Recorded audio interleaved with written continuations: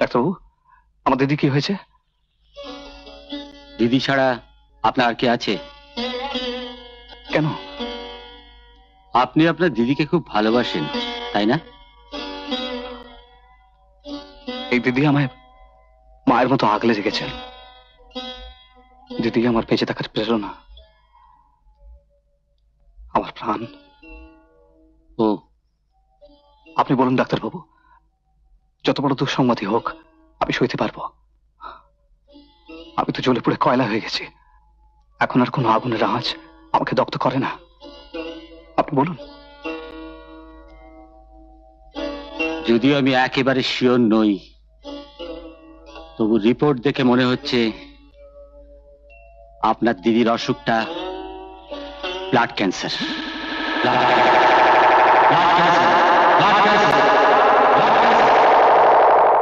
না না না, আমি একথা বিশ্বাস করি না। তাহলে আমি এত পরিশ্রম করছি কিসের জন্য, কার জন্য? ডাক্তারবাবু, আপনি ঠিক জানেন আমার দিদি ক্যান্সার হয়েছে?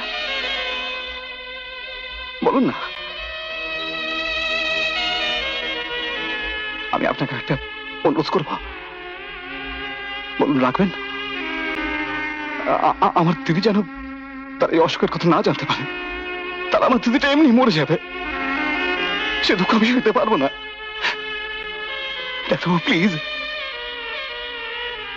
কিন্তু আপনার এই চোখের জল নিয়ে আপনার দিদির সামনে দাঁড়াবেন না। না না না না, আমি তো হাসতে হাসতে দিদির সামনে দাঁড়াবো। আমাকে দেখে দিদি কিছু বুঝতে পারবে না, কিছু বুঝতে পারবে না, কিছু না।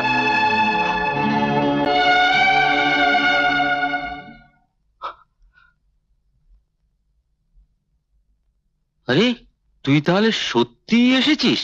আরে অজয় দিদি মানে রেখার ব্লাড ক্যান্সার। তুই ওকে চিনিস? হ্যাঁ। ওরা কোথায় থাকে রে? নিউ দীঘায় 7 নম্বর প্লটে। ও,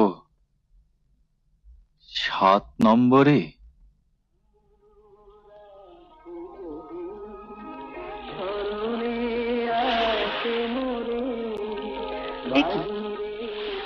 আপনি হঠাৎ এখানে কি মনে করে? রেখা, তুমি মেয়ে, তাই আমার মায়ের তো সব আঘাত অপমান সহ্য করে দূরে চলে এসেছো। তুমি আমার মনের কথা ভাবো না, আমার মাও বুঝতে চায় না। তুমি এখান থেকে চলে যাও অনল। অজয় এসে তোমাকে এখানে দেখতে পেলে আমাকে ভুল বুঝবে।